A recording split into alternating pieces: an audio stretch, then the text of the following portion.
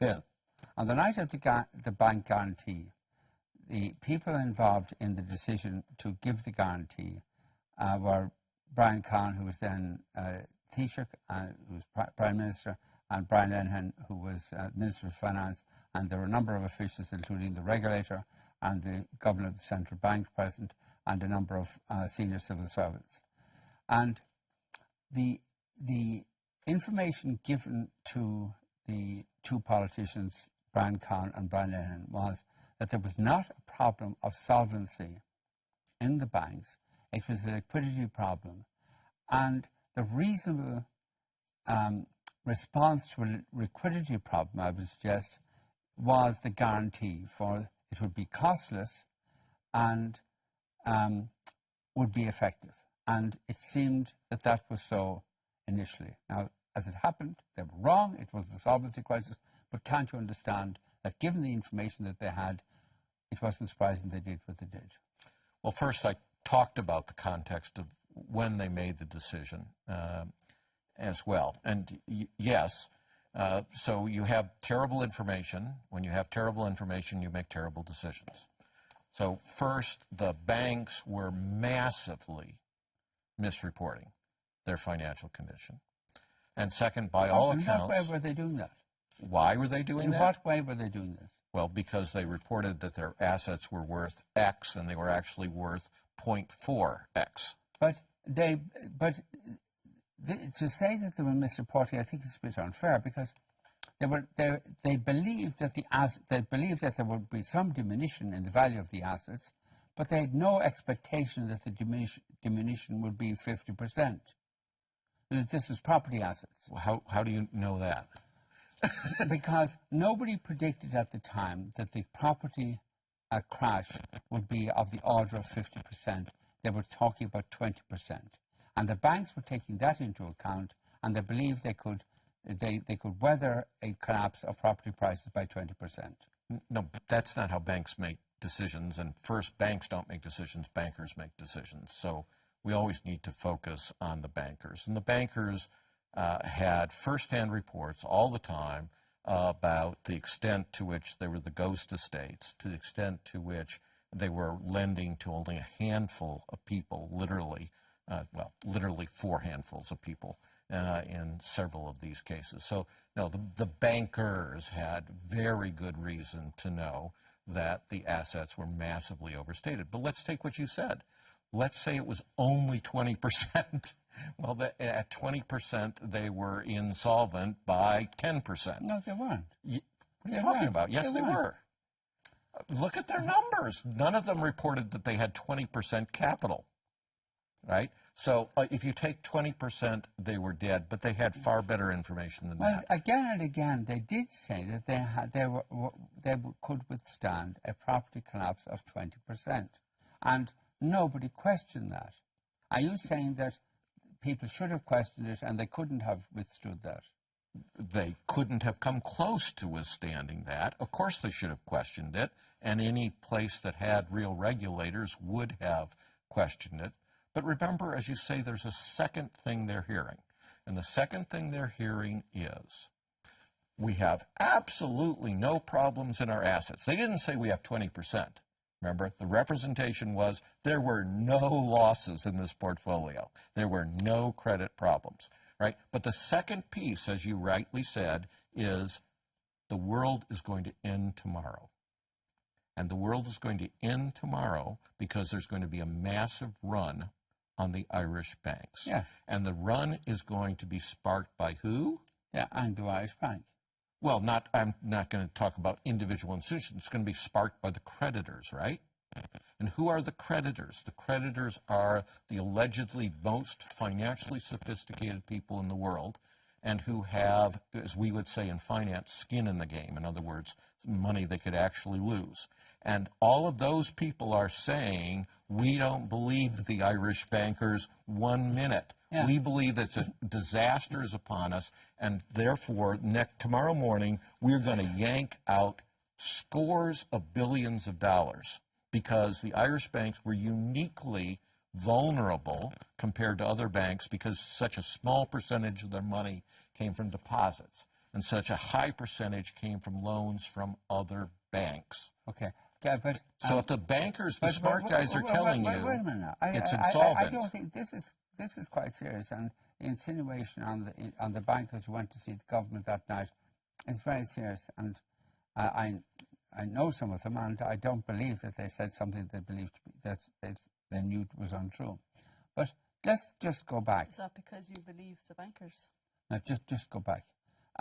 That they were right in believing that if Anglo-Irish Bank had collapsed, there would have been a run on deposits in the other banks. And the other banks, almost certainly, the collapse of Anglo-Irish Bank would have brought down AIB, Bank of Ireland, and the other banks. Do you go along with that? So you're saying that the insolvent banks would have died in runs? That I'm saying that irrespective of the solvency or insolvency of the banks, a run on the banks would have brought them down. Even if it was just a liquidity crisis, they would have collapsed because people would, in a panic, have withdrawn all their deposits. No, but why is there a liquidity crisis? You see, that's the basic level of analytics that is not done in Irish reporting about this event. There's going to be a liquidity crisis because the bankers, this is the English banks, the German banks, the U.S. banks, the Spanish banks, the French banks, all the smart guys that have money at risk are saying these Irish banks are about to collapse.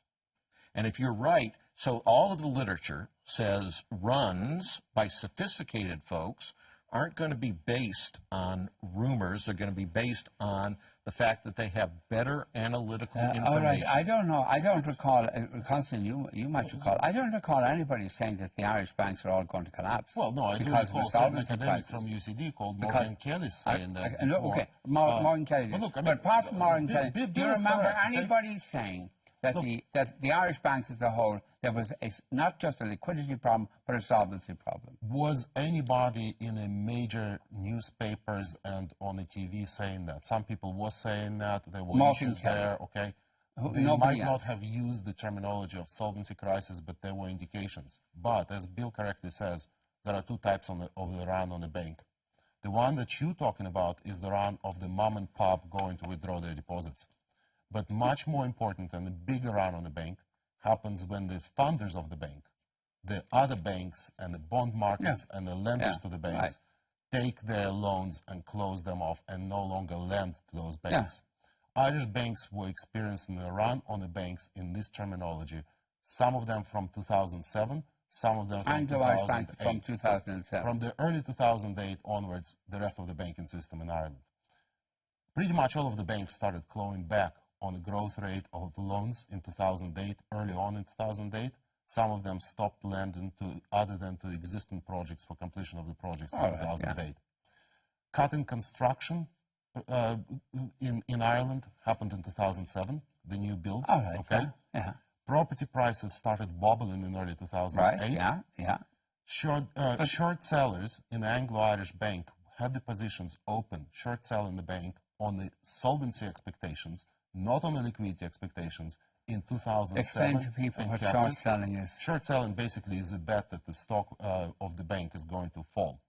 They were holding, some of them were holding positions with the stock of the bank falling 20, 30%. This is the lunacy of the financial situation. No, it wasn't. They knew exactly.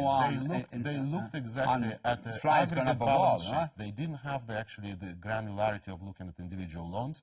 They looked at the aggregate balance sheets of the banks and they said, this is not real. Now, beyond that, bank shares peaked in 2007, not in 2008.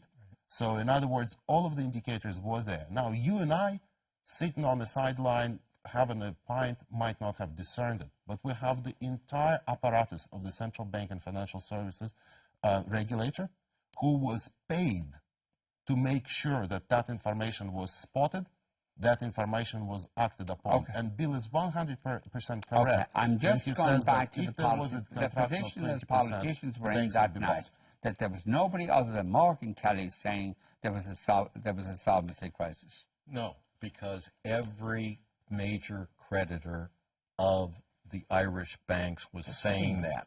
You see, you listen to what they say out loud. We listen to what they act. We call it revealed preferences in economics. Bingo. And it is the candid thing that you believe in. All you learn as a regulator is not to listen to bankers, what they say, when they say everything's fine. Right? People put physical money on the bets that the Irish banks are insolvent. Those who did won. Okay, Bill, yeah. Right? So for regular people to trust, there has to be a group of folks who are professional skeptics. And that's what competent regulators are. We don't hate banks, but we don't have dinner with them, frankly. Or play golf. And we don't believe them if we do have dinner with them. We look at the reality of what's happening. And when we see a run led by every major creditor was going to pull their money out of the Irish banks, we say, I bet you they know something. And I bet you what they know is something really, really bad about the banks, or they wouldn't be staging this run. So you're saying that on the evidence that was that had you been there, you would have perceived that there was a solvency crisis. Yes, but you would have also perceived that long before the run, for many of the reasons Constantine has just gone through, because we could all see the ghost. You would have thought that Merrill Lynch would have had that expertise. And Merrill Lynch was an extraordinary thing.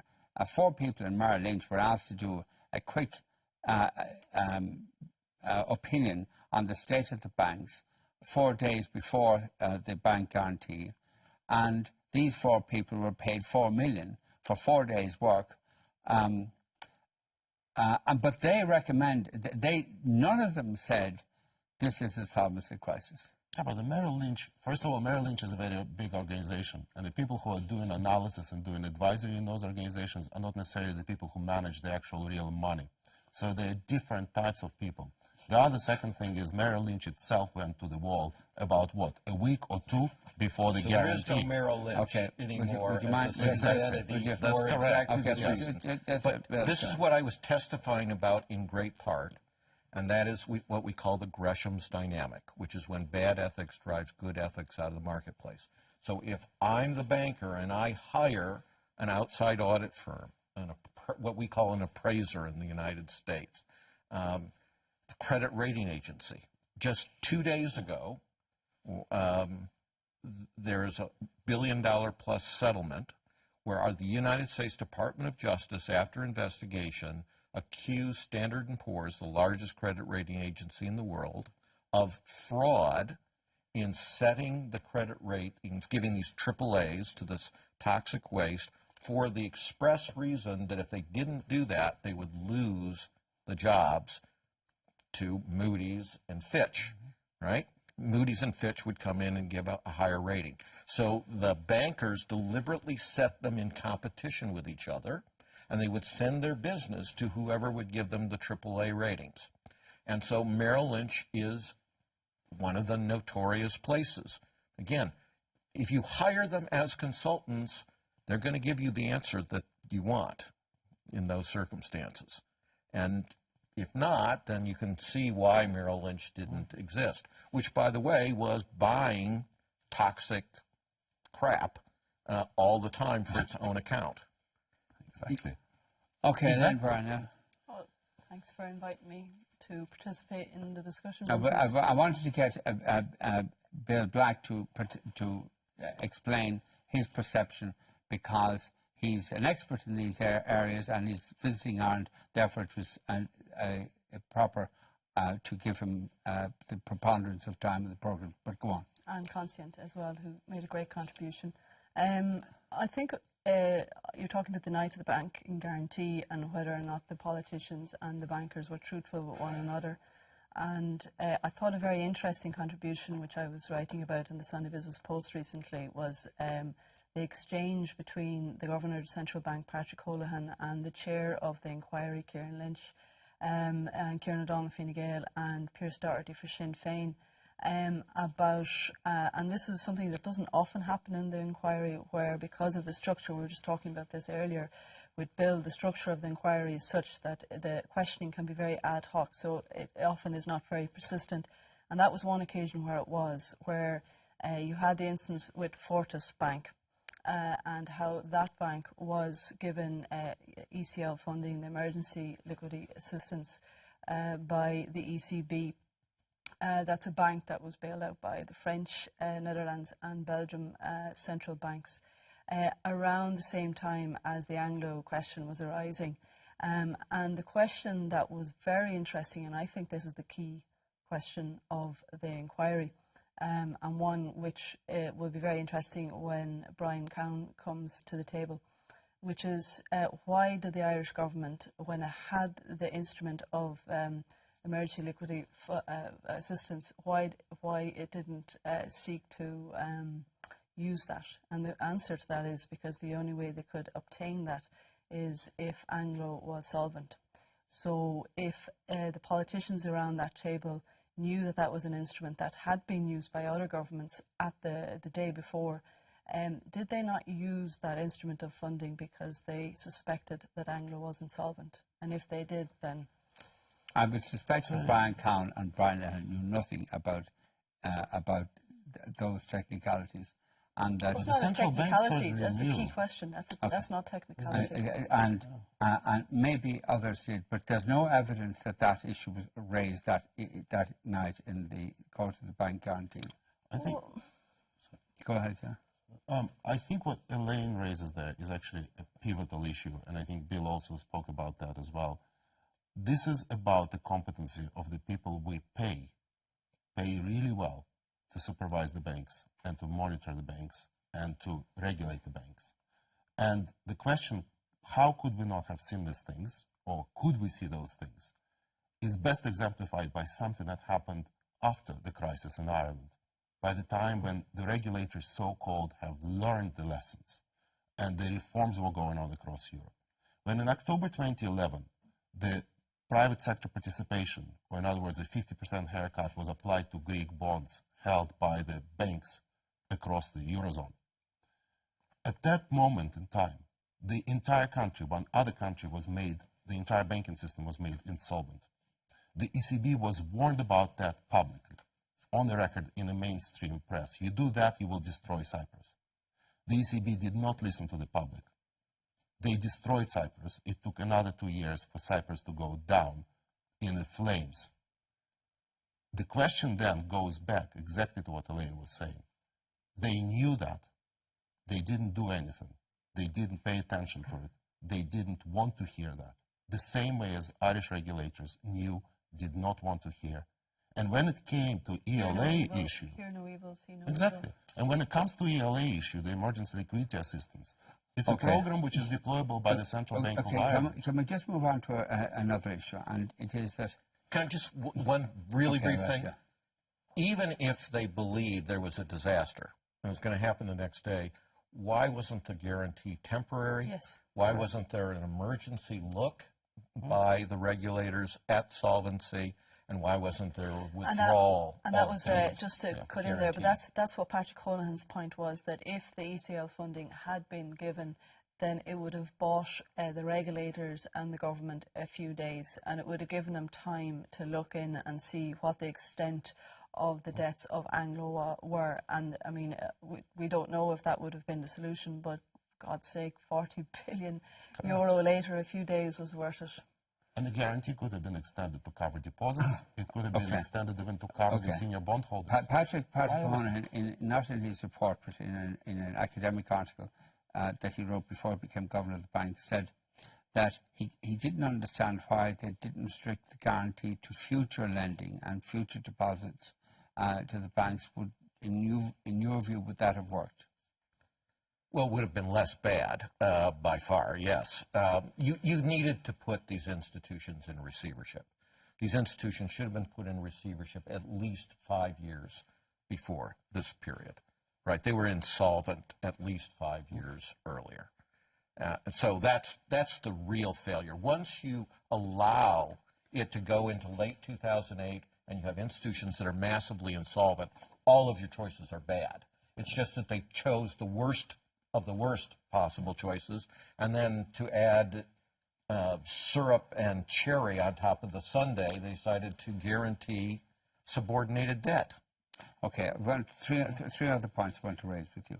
And the first is that it seemed to me that whatever about the guarantee that was given on the night, to have paid out on debts that were not guaranteed, the unguaranteed bondholders, seemed to me, seems to me just incomprehensible.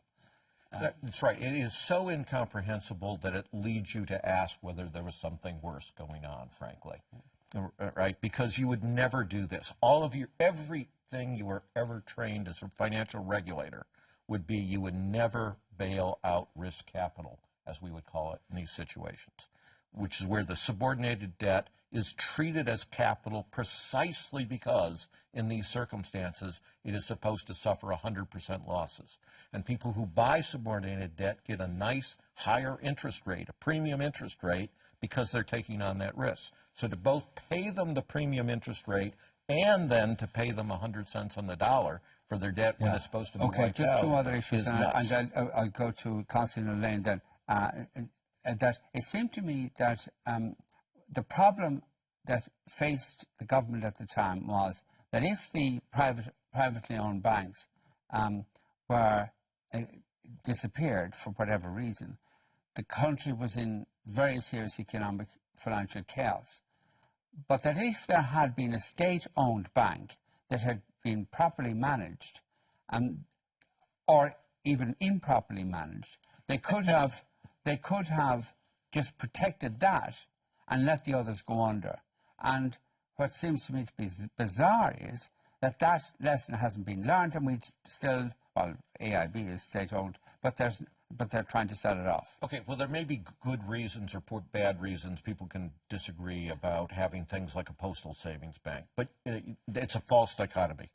No, they could have simply put what became known as the covered banks into receivership and opened them the next day. We routinely did that in the savings and loan crisis. I was the deputy director of the insurance fund. We routinely put a receivership in Friday, 3 p.m. The ATMs work all through this process, and the bank reopens on Monday as New X institution with the backing of the insurance fund for the insured deposits. And again, in the Irish case, that would have been far fewer.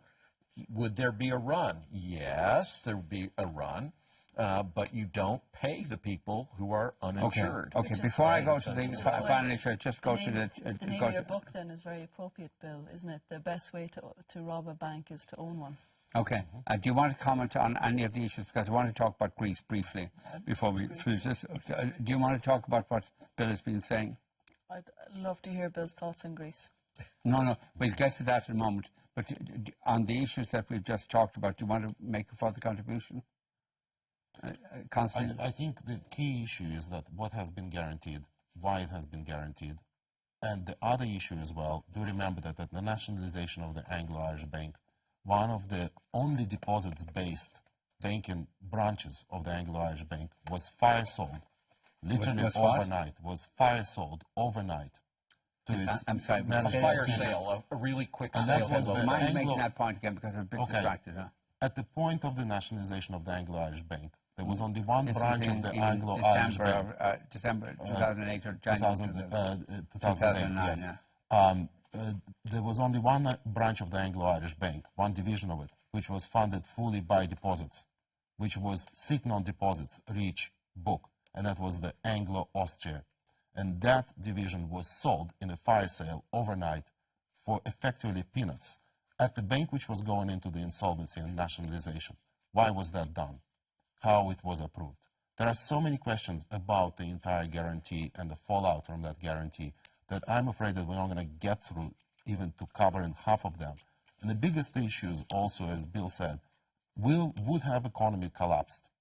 Yes, it is much more different than what FDIC, Federal Deposit Insurance Corporation, does in the United States. We don't have the resolution regime here in Europe, and that's a different story. However, there is one country which did allow its banks collapse and go into liquidation, and this is Iceland. And today, as we stand, Iceland's GDP per capita, adjusted for the price differences and exchange rates, is 5% above pre-crisis levels. Ireland's is 2.5% below pre-crisis levels. There's key differences, though, isn't there, between Iceland and Ireland, apart from 6 months in one letter. But there's the fact that they're not in the euro. Yes. And they were able to default on particular debts in the way that Ireland wasn't. That is correct.